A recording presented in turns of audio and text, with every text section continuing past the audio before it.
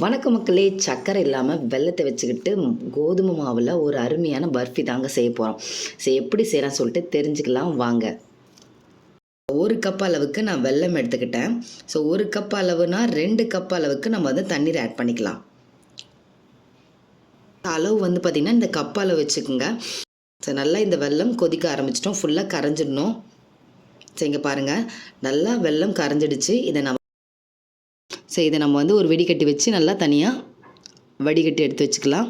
ஏன்னா நம்ம வெள்ளத்தில் எப்போது கொஞ்சமாவது மணல்லாம் இருக்கும், அதுக்காக வடிகட்டி எடுத்து வச்சுக்கலாம்.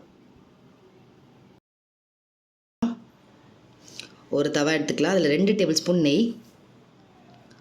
நெய் நல்லா சூடானதும் உங்கள் வீட்டில் முந்திரி இல்லை பாதாம் எது இருந்தாலும் நீங்கள் யூஸ் பண்ணிக்கலாம். நான் பாதாம் யூஸ் பண்ணுறேன்.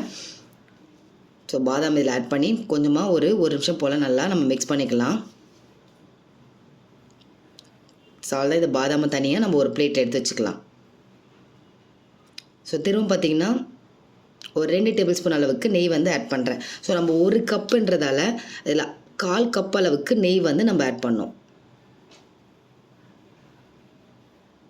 1 கப் என்பது அளவு. இதில் நான் 3/4 கப் அளவுக்கு கோதுமை மாவு எடுத்துக்கிட்டேன்.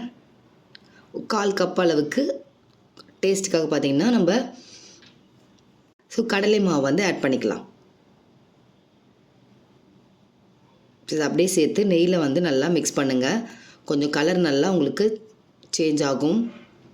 நல்லா மிக்ஸ் பண்ணதும் ஒரு 2 டேபிள் ஸ்பூன் அளவுக்கு ரவை, பாம்பே ரவை சொல்லுவோம் பார்த்திங்கன்னா, அதை ஆட் பண்ணிக்கலாம். ஆட் பண்ணி நல்லா மிக்ஸ் பண்ணலாம். ஒரு 3 to 5 மினிட்ஸ் நல்லா இந்த மாவை மிக்ஸ் பண்ணுங்கள். அந்த எண்ணெயிலே வறுபட்டும் கொஞ்சம் கலர் அங்கே மாறும். இதில் ஆல்ரெடி நம்ம காய்ச்சி வச்சுருந்த அந்த வெல்லத்தை ஆட் பண்ணிக்கலாம். கொஞ்சம் கொஞ்சமாக ஆட் பண்ணுங்கள். மொத்தமாக ஃபுல்லாக நம்ம ஆட் பண்ணக்கூடாது, கொஞ்சமாக ஆட் பண்ணி ஃபஸ்ட்டு நல்லா மிக்ஸ் பண்ண ஆரம்பிக்கலாம்.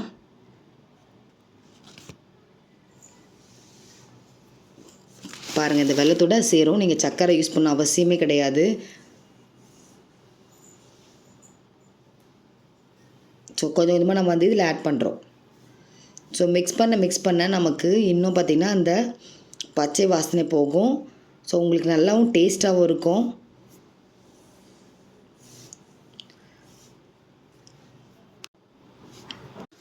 நல்லா மிக்ஸ் பண்ணலாம். பாருங்கள், எல்லாமே நான் ஆட் பண்ணியாச்சு. நம்ம காய்ச்சி வச்சுருந்த மொத்த வெல்லத்தையும் நம்ம இதில் ஆட் பண்ணியாச்சு. ஆட் பண்ணி மிக்ஸ் பண்ணியாச்சு. இதில் 1 டேபிள் ஸ்பூன் அளவுக்கு நெய் ஆட் பண்ணிக்கலாம். ஆல்ரெடி நம்ம வறுத்து வச்சுருந்த பாதாம் இதையும் சேர்த்து நல்லா மிக்ஸ் பண்ணலாம்.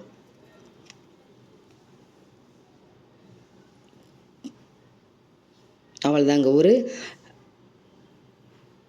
ஒரு 10 நிமிஷத்தில் பார்த்திங்கன்னா இது ரெடி ஆகிடும். நல்லா மிக்ஸ் பண்ணிவிடுங்க.